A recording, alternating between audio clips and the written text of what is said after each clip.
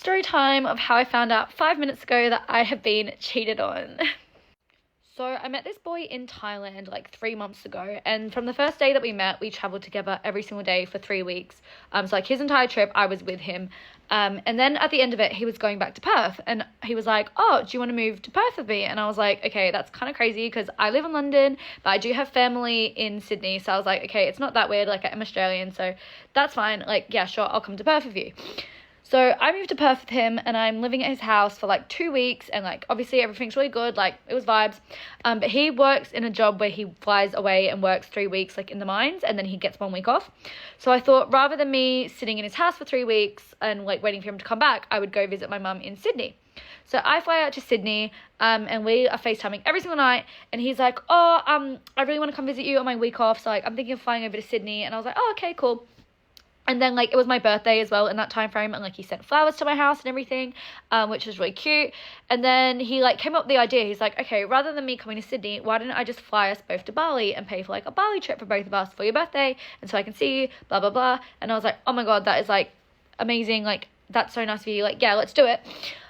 So we went to Bali last week, and everything was fine. Like, I had a really good time. And then, obviously, I said goodbye to him last Sunday, so, like, 9 days ago now. And then this time, like, he went straight to work after that.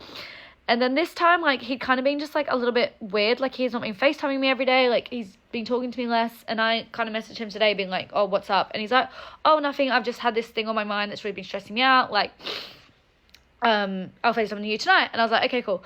So he FaceTimes me and I was like, oh, what's up? And he's like, oh, like, it's literally nothing, but, like, I'm just paranoid that I have an STI. Like, ever since I've met him, he's just always been really paranoid about STIs. Like, but I've obviously been tested since sleeping with him and only him, because, like, we were exclusive. So I was like, oh, like, trying to, like, calm him down, like, calm down his hypochondriacness. I was like, oh, no, like, don't worry, like, I've not been sleeping with anyone else, you've not been sleeping with anyone else, so, like, you couldn't possibly have symptoms. No, sorry, you couldn't possibly have an STI because you would have shown symptoms already because we've been sleeping together for, like, 3 months. And he made, like, a face, and I was like, hold on, what the fuck's that face? And he was like, oh, nothing. And I was like, have you been sleeping with anyone else? And he was like, oh, no. And I was like, no, seriously, have you slept with anyone else? He was like, no. I asked him again, have you slept with anyone else? He said no. I asked him a 4th fucking time. And he was like, okay, yeah, I slept with someone else. And I was like, you're joking. And he's like, no, I'm not joking. And I'm like, no, fucking tell me you're joking. He wasn't joking. So I was like, you know that feeling when you find out information and you just shake, like that adrenaline. I was like, okay, when? He was like, before Bali.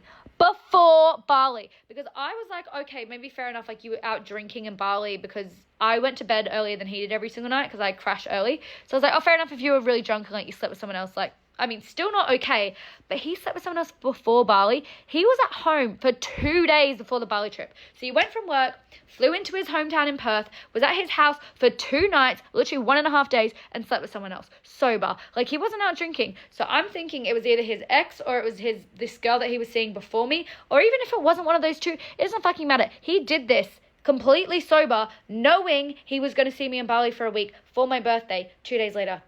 Are you fucking kidding me? And then the worst part of all of this is after I hung up the phone after I found this out. I was fucking fuming. Like, I was literally livid. Hung up the phone. He's not sent a message. He's not called me back. He's just gone to bed. This man has fucking gone to bed. I'm like, are you fucking serious? It's been an hour now. It's 1:21 a.m. in the morning.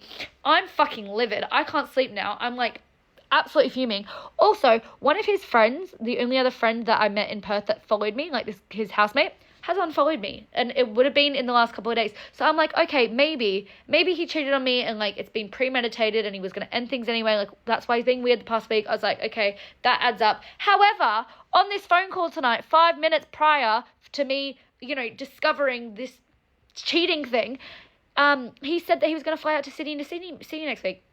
I was like, yeah, I'm going to come out to Sydney and see you in a few days. I was like, what? Like, the fact that he was going to come to Sydney knowing he's cheated on me, like, what the fuck is wrong with this man's head? And I literally had to drag this information out of him. And the funniest thing is, the last week I've been saying, like, half as a joke, but half because I kind of knew something was off. I was like, you know what you've done?